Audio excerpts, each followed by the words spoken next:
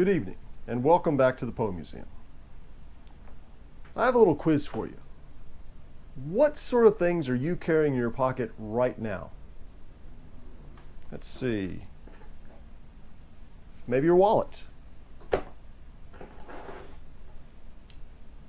Or your keys. Maybe a murder weapon. So what did Edgar Allan Poe carry in his pocket? Well, we know he had a pocket watch, so that fits. He would have carried a pocket watch in his pocket. Also a penknife he probably would have had in his waistcoat pocket. But what about some notes? What sort of notes would Poe have carried in his pocket? Well, we have them right here. These are Edgar Allan Poe's notes on Shakespeare, taken when he's about 20 years old. Fills both sides of the page with it. And you notice this side's a little bit darker than the other ones. I think this was the one that was folded up on the outside. Right here. This would have been the part that got dirty, while the other parts of it stayed clean. Just like we see here. We also have a sheet of his notes on John Milton. The same thing you see right there. One of the quadrants is a lot darker than the other ones, and the other ones are all light. And why do we think Poe was about 20 years old when he wrote these? Well, scholars, including Thomas Olive Mabbott, one of the main Poe scholars of the 20th century, saw reflections of these notes on Milton in Poe's early poem, Allan, the longest poem he ever wrote.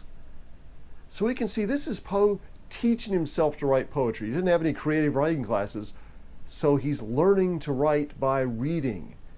And at least in Allan, he seems to be imitating one of his models. And it didn't take him long after that to completely turn on Milton and Shakespeare. And some of the people who knew him said he just couldn't stand them, didn't have any respect for them at all. In fact, just 2 years later, Poe published his third book of poetry.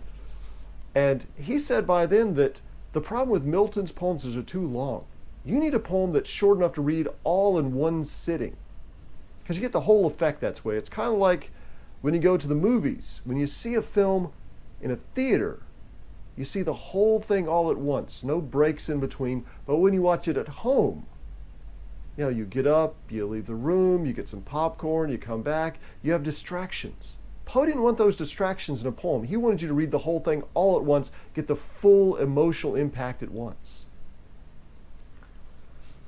And with Poe's third book of poetry, he included a little introduction where he mentions both Shakespeare and Milton. He has some nice things to say about Shakespeare here. A fool, for example, thinks Shakespeare a great poet. Yet the fool has never read Shakespeare. He kind of seemed to think that people just thought they should like Shakespeare because he's a big name in poetry. And he also talks a little trash about Milton. But his main idea with Milton was that he needed to shorten his poems. He had great passages from his poetry, but it got ruined by having the poems so long. So these look like things that Poe carried. How long did he keep these notes with him? Well, we just have to look to where we got them. After Poe's death, they went to his literary executor, Rufus W. Griswold. We've spoken about him on previous videos. So these are things that Poe kept with him his entire life. And it was Griswold's grandsons, Roger and Merrill, who donated them to the Poe Museum. So they've got an unbroken chain of provenance going all the way back to Poe. So imagine notes that you took when you're just learning poetry, just getting started, and you've held on to them for the next 20 years. Maybe even referencing them from time to time. And I think that's one of the things that makes these notes so fascinating. If we take a closer look, especially in the Shakespeare pieces, you might notice quotes from Measure for Measure, or Much Ado About Nothing, A Midsummer Night's Dream, Romeo and Juliet over here, King Lear.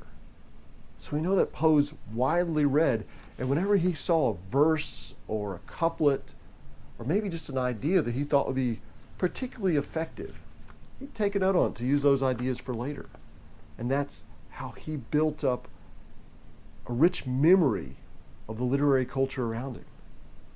Same thing here with John Milton. A lot of notes here on Comus, which Poe actually thought was superior to Paradise Lost. So next time that you're at the Poe Museum, take a close look at these tiny, tiny notes. See if you can make out some of your favorite Milton or Shakespeare works. You'll notice that Poe's written really tiny and right up to the edge, conserving every little bit of paper he can. Paper was expensive back then. This is very early in Poe's career, and he didn't want to waste a scrap.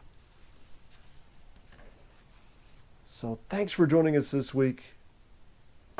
We'll see you next time in the Curator's Crypt. And if you would like to help preserve priceless artifacts like this, be sure to become a Poe Museum patron at patreon.com/PoeMuseum. And as a way of thanking you for joining us, here's more gratuitous footage of the Poe Museum cats.